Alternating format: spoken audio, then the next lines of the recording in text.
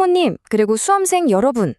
2027학년도 입시, 이젠 정말 완전히 새로운 게임이 시작됐습니다. 이 엄청난 변화 앞에서 막연한 불안감을 느끼고 계실 텐데요. 하지만 이것 하나만은 꼭 기억해 주십시오. 데이터가 없으면 그냥 불안이지만 데이터를 손에 쥐는 순간 그 불안은 가장 강력한 무기가 됩니다. 오늘 제가 그 데이터를 여러분의 무기로 만들어 드리겠습니다. 네, 현장의 전문가들이 모두 이렇게 입을 모으고 있습니다. 괜히 걱정하시는 게 아니라는 거죠.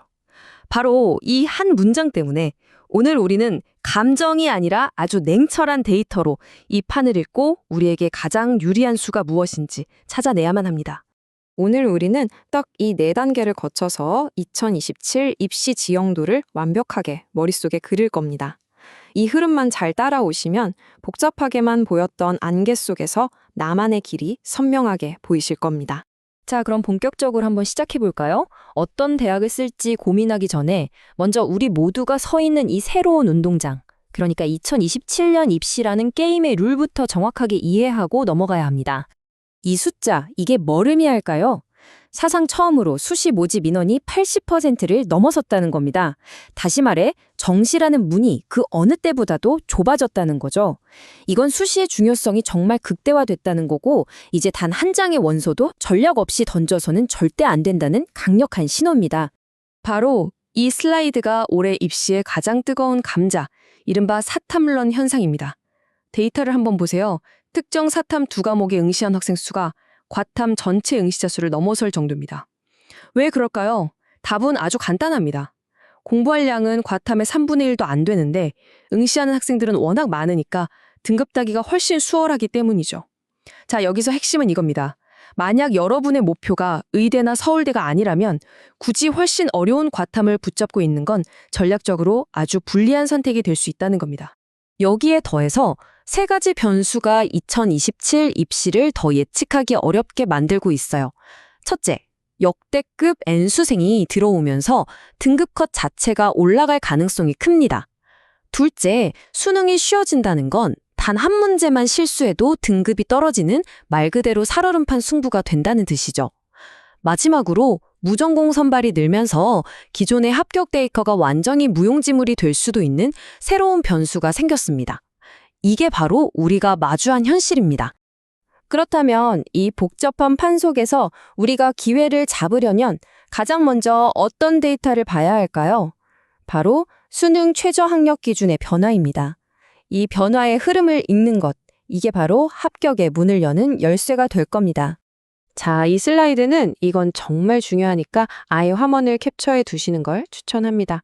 2027 입시 전략의 심장부라고 할 수 있거든요. 여기서 3합 6이라는 건 국영수 탐 중에 3개 과목 등급을 합쳐서 6 이내로 맞춰야 한다는 뜻입니다. 한번 보세요. 성균관대랑 한양대는 없던 최저 기준을 만들어서 문턱을 확 높였죠. 반면에 서울교대와 홍익대는 기준을 엄청나게 낮춰서 문을 활짝 열었습니다. 또 한국외대 글로벌은 정반대로 기준을 아주 강하게 만들었고요. 이 사소해 보이는 숫자 차이가 지원자 풀을 완전히 바꾸고 새로운 기회를 만들어내는 겁니다. 이제 이 큰 그림이 실제 대학별 전장에서는 어떻게 작용하는지 현미경으로 들여다보듯이 한번 자세히 살펴보겠습니다.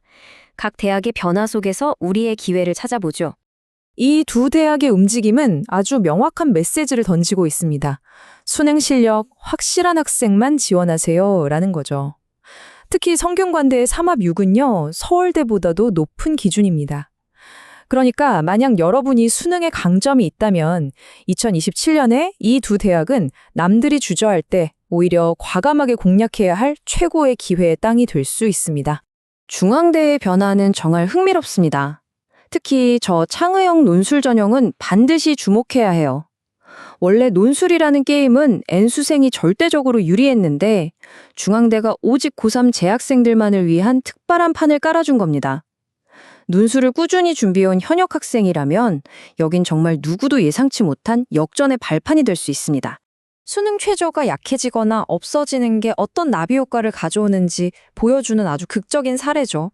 서울교대는 이제 최저가 아니라 내신과 면접으로만 싸워야 하는 완전 경쟁 시작이 됐고요.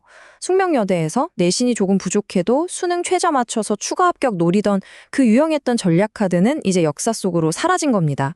연세대는 논술에 과학 탐구를 넣어서 과학적 사고력이 뛰어난 학생을 직접 골라내겠다는 의지를 보여주고 있습니다. 한편 한국외대 글로벌 캠퍼스는 최저 기준을 확 높여서 이전과는 완전히 다른 수준의 학생들을 뽑겠다는 선언을 하는 거죠. 이처럼 새로운 시험과 더 높아진 기준은 준비된 학생에게는 새로운 기회의 문이 됩니다. 자, 지금까지 분석한 이 모든 정보들을 하나로 모아서 이제 여러분 각자를 위한 명확하고 실행 가능한 최종 전략으로 만들어 보겠습니다. 이제 분석에서 나만의 전략으로 넘어갈 시간입니다. 이 질문에 스스로 답할 수 있어야 합니다. 승리를 위한 알고리즘은 딱 이 세 단계로 요약됩니다. 첫째, 남들과 반대로 생각하십시오. 모두가 몰려갈 거라고 예상되는 홍익대 같은 곳에 오히려 빈틈이 생길 수 있습니다. 둘째, 나를 위한 판을 찾으세요. N수생과의 경쟁이 부담스럽다면 중앙대의 창의형 논술처럼 나에게만 유리하게 설계된 전형이 분명히 존재합니다.